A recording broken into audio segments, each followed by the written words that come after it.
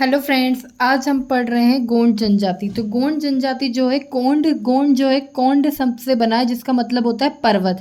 गोंड जनजाति मध्य प्रदेश की दूसरी सबसे बड़ी अनुसूचित जनजाति है, मतलब कि 50 लाख के करीब ये हमारे मध्य प्रदेश में निवास करती है। यानी अनुसूचित जनजाति का 33% हिस्सा मध्य प्रदेश में है।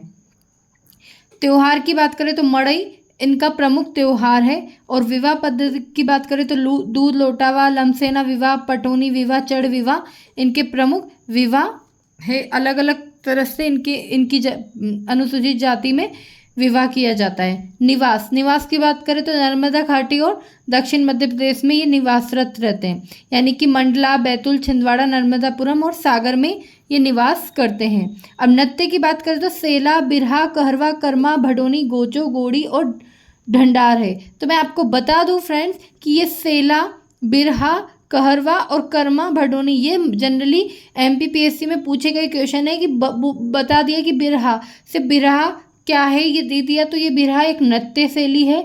ये कौन सी जनजाति में आती है? तो गोंड जनजाति में। सेला दे दिया, कहरवा दे दिया, कर्मा दे दिया। तो इस तरह से ये गोंड जनजाति में आती है। तो ये नृत्य के नेम अपन को याद रखने।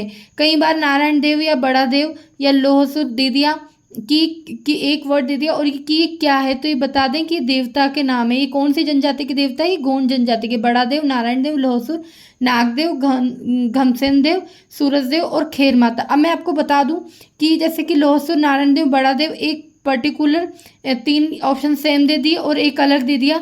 तो इनमें से कौन सा गोंड जनजाति का नहीं है, इस तरह का दे सकते हैं क्वेश्चन। कई बार मैच मेकिंग दे दिया और इनमें से कौन सही नहीं है ये दे दिया। इस तरह से उनमें काम आती। तो ये एक एक पॉइंट पे हमें फोकस करना है।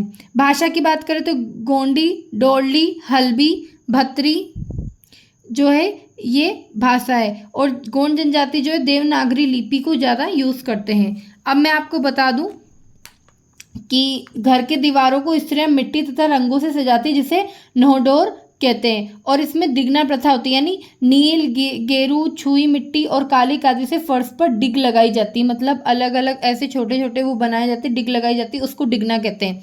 जो गोंड जनजाति वो खेती करती है तो उसकी खेती को क्या कहते हैं? बारी। जबकि भील जनजाति की खेती को कहते हैं चिमाता कृषि। ठीक है। और इनके मुकद्दम कौन होता है? प्रमुख, जिसे गोटिया भी कहते हैं। मतलब इनके यहाँ का जो प्रमुख होता है उसे मुकद्दम कहते हैं, जिसे गोटिया भी कहा जाता है। और टोला, इनके मोहल्ले को कहा जाता है टोला। और पेठा बंगला, मेहमानों के बैठने का कमरा क्या कहलाता है? पेठा बंगला। और कोया पुनेम, जो इनके यहाँ है ना लिंगोपैन की पूजा की जाती है, उसको कहा जाता है कोया पुनेम। और इनका जो समाज है ना वो पितृ सत्तात्मक समाज होता है। मतलब की बात करें कि पुरुष प्रधान समाज को महत्वता देते हैं। इनके यहाँ प्रधान कौन होता है? पूजा पाठ करने वाला जो होता है वो प्रधान होता है।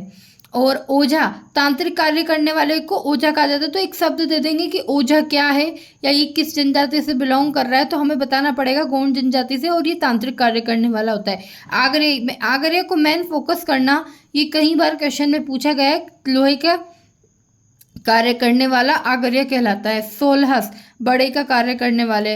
राजगोंड कौन होते हैं? अधिक संपत्ति वाले। और धुरगोंड कौन होते हैं? कम संपत्ति वाले।